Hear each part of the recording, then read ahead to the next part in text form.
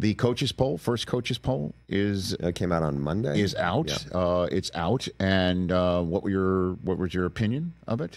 It was kind of in line with where I thought it would go. I was a little surprised that your alma mater did get one first place vote. They're sitting at 8, and there's 50 some votes or something like that, and they actually got one of them at 8. Most of the votes went to Georgia. I think Ohio State had seven first place votes. Those are the two teams that I feel like are best positioned to play for the national title. I mean, Oregon's number 3. I think they're loaded as well. There was nothing really that shocked me when I looked at the poll in its entirety. I was a little surprised that USC made the top 25. I think they were only 23rd. Yes. But beyond that, it wasn't anything when I saw there, I was like, oh, I'm surprised to see Missouri at 11. Missouri had a terrific year. They are pretty loaded on offensively back. I mean, you look through this. I mean, you have to go a ways to find a Big 12 school. I think it's sitting there at Utah, the new member. Yes, of the new Big 12. member. Yeah. This also, I guess, this sets up what we expected to be the first big game of the year, which is Texas at Michigan, week 2. Do we call it week 2? Yeah, right? that's week 1 of the NFL season. That's going to be huge in the state that'll of be Michigan. A big noon game. We're excited to get to Ann Arbor for that. You're going to do that? Yep. Yeah. And then you got the Lions hosting the Rams this Sunday night after that. So it's a huge football week in the state of Michigan. Yes.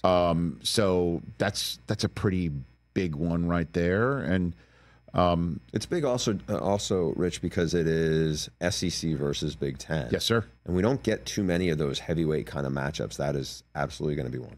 Yeah. And since they have a working group, right? Talking together? Yeah, they do. And I do know this from running into Tony Petitti, the head of the Big Ten. Yes, There's definitely a lot of communication between the heavyweight, big shots. What do they talk about, do you think? What's your general sense here? I mean, everything from there was the scholarship number of what it's going to be. I think they go through to try to have real alignment there. I think because they know their issues are different than the issues that almost everybody else who's in charge of a entity in college athletics really is dealing with. Well, that's I feel like we go down a similar road when we have a conversation here. Those are the seeds from which I believe a Super League will eventually sprout. Whatever they're talking about, it may not be full-on conversations, but just having a conversation about that subject matter. Well, that subject does matter. It grows into everything else out of it, and then eventually there will be a working framework of what the SEC and the Big Ten feel are multiple issues that they feel that they can solve together, and then who's coming with them.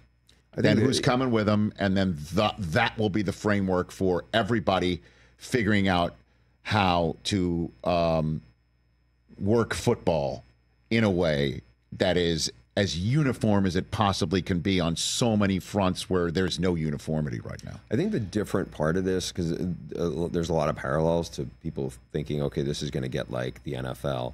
What I do think is different right now is the TV partners I feel like are way more influential in those two leagues. And it's, full disclosure, I work at Fox, which is one of those two bigger TV partners, especially as it relates to the Big Ten.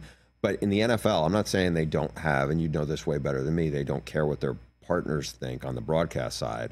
But I feel like the NFL is driving the NFL's business. Well, because they have an actual, governing body with a commissioner and everybody and a uniformity and a salary cap, and we know the schedule, and we know when free agency is, and there's a contract and a union.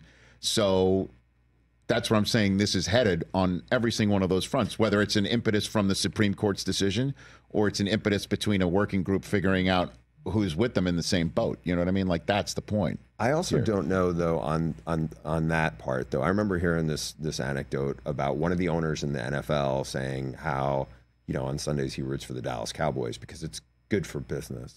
Yes. I seriously doubt that there is like, an AD who roots for Ohio State in the Big Ten who's not at Ohio State, or whatever, where because of it's really good for business. I just think that there's certain things that either need to shift, and I'm not saying you can't still get to the place you're talking about without that, because I mean, there's a lot of changes that have happened in the sport in the last 20 years. that myself and a lot of other people didn't think they would get to, and they've gotten to it. But those are the biggest, I feel like, disconnects right now. Catch the Rich Eisen Show every single day on the Roku channel, 12 to 3 Eastern, for free.